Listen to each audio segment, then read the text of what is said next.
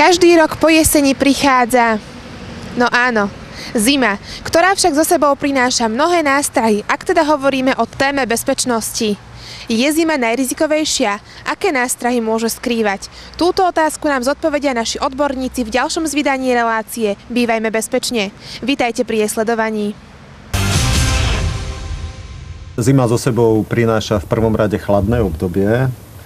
A pri chladnom období a pri terajších cenách palív sa musíme snažiť, aby tie náklady na vykurovanie boli čo najnižšie. Okná už sú taká známa téma, tam sa jasne si vyberáme dodávateľov podľa tepelnoizolačných vlastností, ale vchodové dvere napríklad, veľakrát tie tepelnoizolačné vlastnosti opomíňame a orientujeme sa skôr podľa vzhľadu, prípadne či chceme plastové dvere alebo drevené dvere. Existuje teraz na trhu však už také optimálne riešenie, kde sú aj veľmi vynikajúce tepelnoizolačné vlastnosti, aj pekný vzhľad, ale aj vysoká odolnosť voči vlámaniu, čiže reálna ochrana, a to sú bezpečnostné dvere v prevedení termo. Takže aj na toto by som len pripomenul ľuďom, že zima obnáša aj to teplo, ale aj tú ochranu voči neželaným návštevníkom.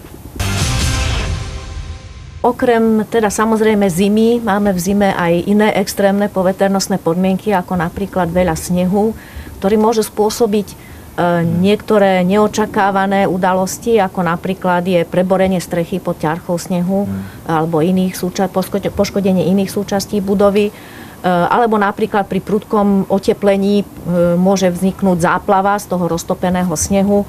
Je aj vyšší výskyt, povedzme, výchric, na rozmedzi jesene a zimy môže byť dokonca možno aj krupobytie. Ale by som upozornila aj na takú vec, že zamrzajú chodníky, alebo je na nich veľa snehu a niekto si môže na tom zlomiť nohu, alebo iná škoda mu môže vzniknúť. Tu by som upozornila, že za stav chodníkov, aj ktoré nepatria na náš pozemok, ale priliehajú k pozemku toho domu, ktorý vlastníme, zodpovedá tiež vlastník budovy. To znamená, že treba sa starať o tie chodníky. A tu by som zase spomenula poistenie, okrem poistenia proti živelným udalostiam, ktoré je súčasťou poistenia budovy, respektíve poistenia domácnosti, ktoré tiež by som veľmi odporúčala, lebo nikdy nevieme, čo sa môže stať. Súčasťou tohto poistenia môže byť aj poistenie tzv. Zodpovednosti za škodu. To znamená, ak sme nestihli odpratať ten chodník, alebo proste prišla námraza a niekto si ublížil, tak z tohto je možné vyplatiť odškodnenie tej poškodenej osobe. Alebo napríklad môže sa stať aj to, že zo strechy domu spadne veľký kus snehu alebo ľadu na vedľa zaparkované auto niekoho iného, to znamená suseda alebo návštevníka. A aj takéto škody sú možné uhradiť zo poistenia zodpovednosti za škodu. Z hľadiska toho zimného obdobia, čo tu aj kolegovia spomínali pri tom financovaní, sa treba zamerať na skôr prípravu, pretože v tej stavaríne sa väčšina vecí, a to je jedno, či sa to týka samotného domu, alebo chodníkov, prístupových ciest, záhradnej architektúry, v ktorej aj my teraz sedíme, úprava terénu.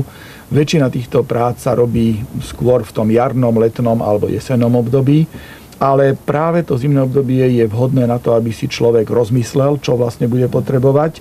Najhoršie je, ak sa naučí na vlastných škodách, že sa naozaj niečo stane, nedaj Bože si niekto na tom chodníku, ktorý je zle svahovaný, ublíži, tak to je vtedy najhoršie a určite, že hneď na jar sa potom robia opatrenia, či už sa urobí prístrešok nad tým alebo niečo podobné. Čiže človek by si mal naozaj v zime rozmyslieť, aké máte svoje príjmy, čo už má prípadne nasporené, či už na stavebnom sporení alebo niekde inde, aký úver by si možno mohol dovoliť a zamerať sa na to, aby na jar mohol už tieto veci realizovať, to znamená dohodnúť si veci s tou sporiteľňou a pripraviť si financie. No a určite zimné obdobie je špecificky, pretože po ňom prídu tie účty za to kúrenie. Je veľmi dôležité aj na to, aby si človek uvedomil, áno, ak ešte nemám zateplený ten objekt, ceny každou chvíľou majú ísť opäť hore. Uvažuje sa o tom, že sa zavedie ďalšia daň na fosílne palivá aj pre rodinné domy, to znamená na uhlie, zemný plyn. Väčšinou je to z dovozu dokonca na Slovensko. Takže treba rátať s tým, že v najbližších rokoch tie ceny opäť pôjdu hore a zamerať sa na prípravu, ako predchádzať zbytočným nákladom s touto stratenou energiou. A ak nám to aspoň trošku vychádza a podľa našich prepočtov každému občanovi na Slovensku to bez problémov vyjde, lebo práve z tých usporených peňazí je schopný splácať úver. Dnešná relácia bola tak trochu netradičná.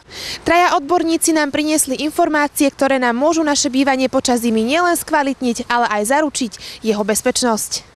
Ak ste zvedaví, čo ďalšie máme pre vás pripravené, nezabudnite si nás pozrieť aj na budúce. Dovidenia.